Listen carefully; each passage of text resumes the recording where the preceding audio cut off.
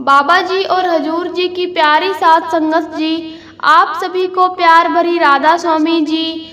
आज मैं आपको जो साखी सुनाने जा रही हूँ, ये साखी एक सत्संगी सेवादार की है।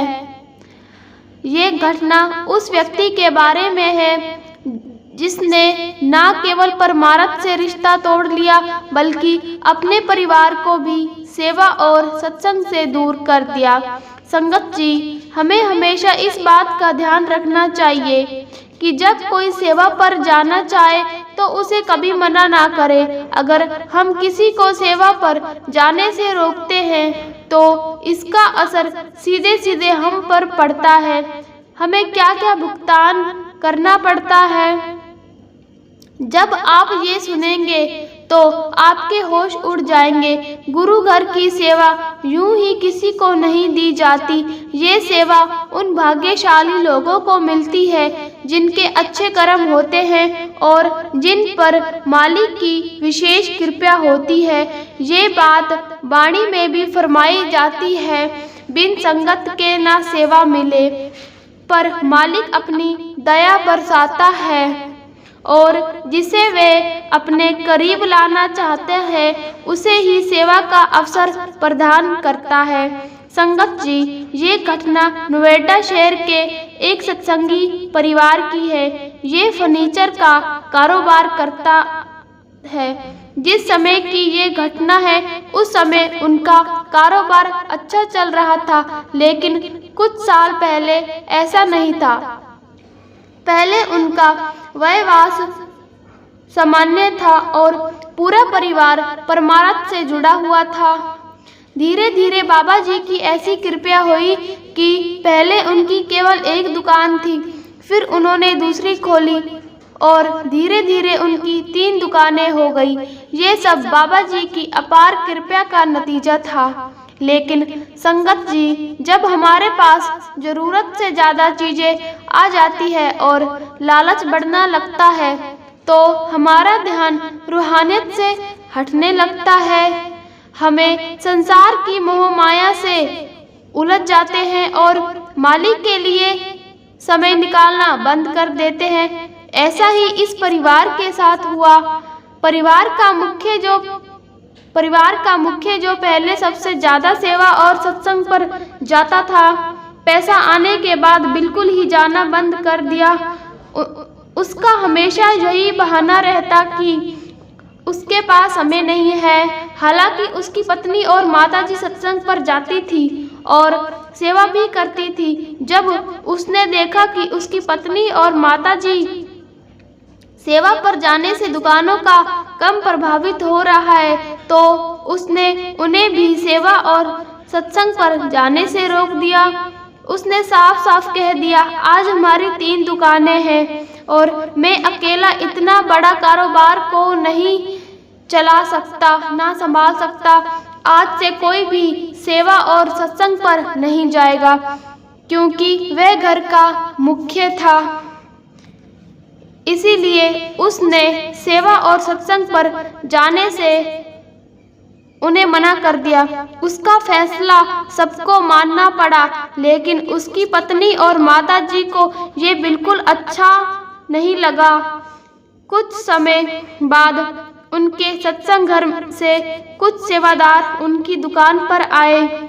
उन्होंने कहा, हमारे सत्संग घर से एक जत्था डेरे जा रहा है और सेवादारों की कमी है। आप अपने परिवार से किसी को हमारे साथ भेज दीजिए। बहुत दिनों से आपने सेवा में हिस्सा नहीं लिया। पत्नी और माताजी सेवा पर जाना चाहती थी, लेकिन इस भाई ने साफ मना कर दिया। उसने सत्संग घर से आए सेवादारों से कह दिया, हमारे पास समय नहीं है, इसलिए हम नहीं जा सकते। सेवादारों ने समझाया, आप तो पहले बहुत सेवा करते थे। आज जब मालिक ने आपको सब कुछ दिया है तो आपने उनसे ही दूरी बना ली। इस भाई ने कोई जवाब नहीं दिया और अपने काम में लग गया।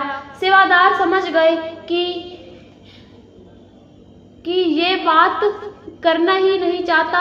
वह आपको उनके साथ ऐसा व्यवहार नहीं करना चाहिए था। अगर आप सेवा पर नहीं जाना चाहते तो कम से कम मुझे और माँ जी को जाने दीजिए। घर के एक दो सदस्य तो परमार्थ से जुड़े रहेंगे। पत्नी की बात सुनकर भाई ने कहा, कोई जरूरत नहीं है वहाँ जाने की। वहाँ मुफ्त में सेवा करने से अच्छा है कि हम अपनी दुकान पर मेहनत करें, कम से कम पैसे तो कमाएंगे। उसकी बात सुनकर पत्नी समझ गई कि अब इस भाई को सिर्फ पैसे ही पैसे से प्रेम रह गया। बाबा जी और सत्संग घर अब उसके लिए कोई मायने नहीं रखता।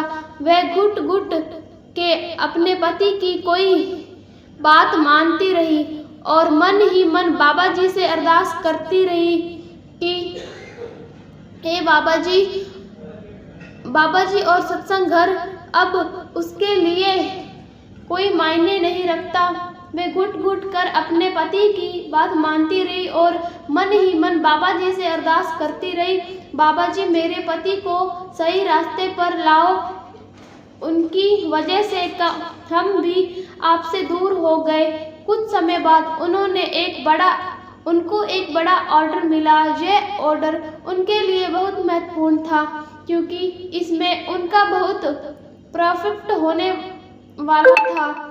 जब इस भाई को पहला ऑर्डर मिला था तो फिर वह ऑर्डर कैंसिल कर दिया गया तो उस भाई को बहुत दुख हुआ। उसने सोचा कि ये ऑर्डर मिला था और ये कैंसिल हो गया तो उस भाई को बहुत दुख हुआ। उसने सोचा कि लोग उस पर विश्वास करते हैं और इसलिए ऑर्डर देते हैं, लेकिन आज तक कभी ऐसा नहीं हुआ था कि ऑर्डर कैंसिल हो गया। ये उसके लिए पहली बार था। वह सोचने लगा कि इतना बड़ा ऑर्डर उसे मिला था और अगले ही दिन वह ऑर्डर कैंसिल कर दिया गया। जब ये बात उसने अपनी पत्नी को पता चला तो वह अपने पति के पास बैठ गई और उसे समझाने लगी, शायद ये बाबा जी का कोई इशारा हो। अभी भी समय है, भजन सिमरन करो और सेवा पर जाना शुरू कर दो। लेकिन इस भाई के मन में अब केवल माया का प्रेम था। उसने कहा, साथ संगत जी, इस बार इस भाई को 1 करोड़ रुपए का एक बड़ा ऑर्डर मिला। यह ऑर्डर एक बड़ी कंपनी ने दिया। ऑनलाइन ऑर्डर पाकर ये भाई बहुत खुश हुआ और अपनी पत्नी से कहने लगा, देखो इतना बड़ा ऑर्डर मिला है। आज तक हमने इतने पैसे एक साथ कभी नहीं कमाए होंगे। कंपनी ने इस भाई को 5 लाख एडवांस दे दिए और बाकी के पैसे ऑनलाइन फोन पे कर दिए। पैसे पूरे होने पर देने को कहा। इसके साथ ही एक एग्रीमेंट भी तैयार किया गया। एग्रीमेंट के बाद ये भाई अगले 2 महीनों में दिन रात मेहनत करता रहा और 2 करोड़ रुपए का ऑर्डर तैयार कर देता है। इस ऑर्डर को पूरा करने के लिए इस भाई ने अपने रिश्तेदारों और दोस्तों से 1.5 करोड़ रुपए उधार ले लिए, जिसे उसे 2 महीनों में वापस करना था। जब ऑर्डर बनकर तैयार हो गया तो कंपनी ने वह ऑर्डर कैंसिल कर दिया। ये सुनकर कि इस भाई के होश उड़ गए। उसे याद आया कि कंपनी ने उसके साथ एक लिखित एग्रीमेंट किया था और कंपनी ऐसा कैसे कर सकती है। जब उसने एग्रीमेंट पढ़ा तो उसमें लिखा था कि अगर किसी कारण से कंपनी ऑर्डर कैंसिल करती है तो एडवांस दिए गए पैसे वापस नहीं मांगे जाएंगे। ये देखकर इस भाई के पसीने छूट गए। वे रोने लगा क्योंकि उसने बाजार से 1.5 करोड़ रुपए उधार लिए, जिन्हें उसे 2 महीनों में लौटाना था। इस हादसे से इस भाई को दिल का दौरा पड़ गया और उसका शरीर एक हिस्सा काम करना बंद कर दिया। अब वह पूरी तरह बिस्तर पर आ गया। बाजार में उठाए गए पैसे चुकाने के लिए उसका घर और दुकान बिक गई। पत्नी और माँ उसे लेकर किराए के घर में रहने लगी। अब ये भाई बिस्तर पर लेटे लेटे अपने पुराने दिन याद करता रहता और सोचता कि पहले वे एक सेवादार हुआ करता था।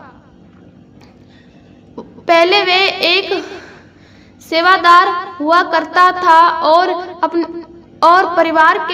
परिवार के साथ सेवा पर जाया करता था। बाबा जी ने उस पर ऐसी कृपा की थी कि वह अमीर बन गया, लेकिन पैसा आने के बाद उसने बाबा जी और सत्संग घर से ही दूरी बना ली।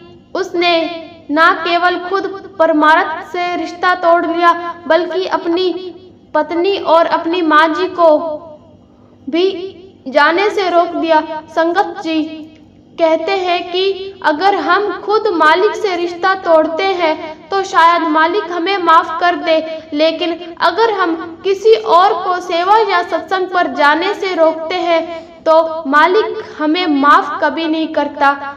इस भाई के साथ भी ऐसा ही हुआ। मालिक ने जो कुछ उसे दिया था वह सब वापस ले लिया, साथ ही उसकी ऐसी हालत कर दी कि वह ना तो भजन सिमरन करने लायक बचा, ना ही सेवा पर जाने लायक।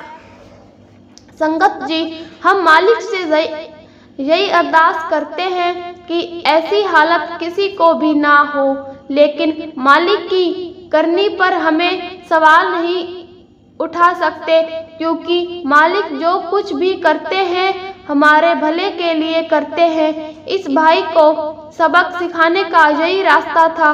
पहले ऑर्डर कैंसिल होने पर भी उसने बाबा जी का इशारा नहीं समझा, तो उसे इल्जाम भुगतना ही था। साथ संगत जी, बाबा जी कैसे सबकी संभाल करते हैं, हमारे ऊपर आने वाली चोट को अपने ऊपर ले लेते हैं। आज हम आपको जो साखी सुनाई है, इससे आपको बहुत ही ज़्यादा सीख मिली होगी। अगर साखी अच्छी लगी तो चैनल को लाइक सब्सक्राइब जरूर करना जी। राधा स्वामी जी।